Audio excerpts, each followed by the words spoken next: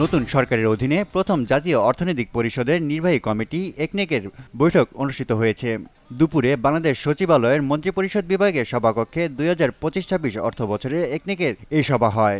এতে সভাপতিত্ব করেছেন প্রধানমন্ত্রী তারেক রহমান। প্রধানমন্ত্রী তারেক রহমানের সঙ্গে সাক্ষাৎ করেছেন ঢাকায় নিযুক্ত ভারতীয় হাই কমিশনার প্রণয় বর্মা। দুপুরে সচিবালয়ে প্রধানমন্ত্রী কার্যালয়ে মন্ত্রিপরিষদ সভাকক্ষে এই সভা অনুষ্ঠিত হয়। এ সময় দুদেশের দ্বিপাক্ষীয় সম্পর্ক, জ্বালানি সহযোগিতা এবং পারস্পরিক স্বার্থ সংশ্লিষ্ট বিভিন্ন বিষয় নিয়ে আলোচনা হয়। ভারতের প্রধানমন্ত্রী নরেন্দ্র মোদীর শুভেচ্ছা প্রধানমন্ত্রী তারেক রহমানকে পৌঁছে দেন ভারতীয় high commissioner. Rajshahi medical college হাসপাতালে হামের উপসর্গ নিয়ে গত ২৪ ঘন্টায় আরও ২ শিশুর মৃত্যু হয়েছে। দুপুরে হাসপাতালের মিডিয়া মুখপাত্র ও emergency medical officer doctor Shankar K Biswas গণমাধ্যমকে এই তথ্য নিশ্চিত করেছেন। বর্তমানে হাসপাতালটিতে হামের লক্ষণ নিয়ে চিকিৎসাধীন রয়েছেন মোট ১৩৮ জন শিশু। এদিকে ময়মনসিংহ মেডিকেল কলেজ হাসপাতালে গত ২৪ ঘন্টায় হামের লক্ষণ নিয়ে নতুন করে আরও ২৪ শিশু ভর্তি হয়েছেন। সকাল ৯টা পর্যন্ত সময়ের মধ্যে তাদের হাম আইসোলেশন ওয়ার্ডে ভর্তি করা হয়। রাজধানীসহ দেশের বিভিন্ন শহরের ফিলিং স্টেশনগুলোতে তেল নিয়ে দীর্ঘ লাইনে দাঁড়িয়ে ঘন্টার পর ঘন্টা সময় ব্যয় করছেন মোটরসাইকেল, প্রাইভেট কার ও অন্যান্য যানবাহনের চালকরা। এই দীর্ঘ লাইনের কারণে সাধারণ মানুষের দৈনন্দিন কাজকর্মে ব্যাঘাত ঘটছে। চালকরা বলছেন, ভোগান্তি নিরসনে সরকারের কার্যকর উদ্যোগ নিতে হবে। কেউ কেউ তেলের অবৈধ মজুত করছে বলেও অভিযোগ তাদের। এদিকে ব্যবসায়ীদের দাবির পরিপ্রেক্ষিতে দোকানপাট ও শপিং মল খোলার সময় সন্ধ্যা ৬টার পরিবর্তে ৭টা পর্যন্ত বাড়ানো হয়েছে। গুম, বিচার বিষয়ক দুদক ও জাতীয় মানবাধিকার কমিশন সহ গুরুত্বপূর্ণ অধ্যাদেশগুলো আইনে পরিণত না করার সিদ্ধান্ত নিয়ে পিছনে হাঁটার ইঙ্গিত দিচ্ছে সরকার, এমনটাই জানিয়েছেন টিআইবি নির্বাহী পরিচালক ইফতেখারুজ্জামান। দুপুরে ধানমন্ডিতে সংস্থাটির কার্যালয়ে রাষ্ট্র সংস্কারের লক্ষ্যে প্রণীত কতিপয় অধ্যাদেশ বাতিল ও পরিবর্তন বিষয়ে টিআইবির অবস্থান নিয়ে সংবাদ সম্মেলনে এসব কথা বলেন তিনি। আমরা কখনো বলিনি যে দুদক ছিল সেটা সম্পূর্ণভাবে কার্যকর, সম্পূর্ণভাবে সাফল্য অর্জন করছে, এটা কিন্তু কখনো বলিনি। কোনো প্রতিষ্ঠানে সেটা হয়তো সম্ভব হয় না, কিন্তু কাজ কিছু হচ্ছে।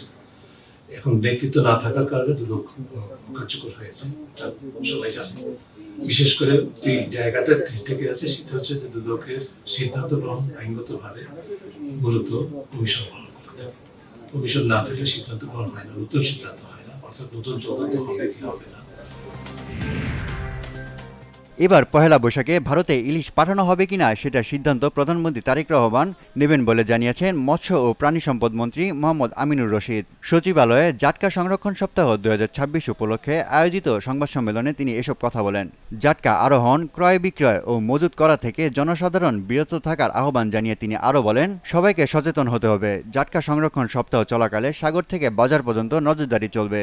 জনগণের মাঝে সচেতনতা বৃদ্ধির লক্ষ্যে প্রতি বছরের ন্যায় এই বছরও আগামী ৭ তারিখ থেকে ১৩ এপ্রিল পর্যন্ত ১৯২৬ পর্যন্ত ঝাটকা সংরক্ষণ সপ্তাহ ২০২৬ উদযাপন করা হবে। এবছরে ঝাটকা সংরক্ষণ সপ্তাহে প্রতিপাদ্য নির্ধারণ করা হয়েছে, ঝাটকা ধরা থামায় যদি ইলিশে ভরবে সাগর নদী। ইসরায়েলি প্রধানমন্ত্রী বেনিয়ামিন নেতানিয়াহু দাবি করেছেন, ইরানে ভূপাতিত মার্কিন যুদ্ধবিমানের নিখোঁজ ক্রুকে উদ্ধারে অভিযানে যুক্তরাষ্ট্রকে সহায়তা করছে তার দেশ।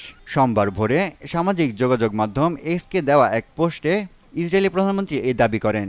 নেতানিয়াহু বলেন, মার্কিন প্রেসিডেন্ট ডোনাল্ড ট্রাম্পের সঙ্গে তার কথা হয়েছে।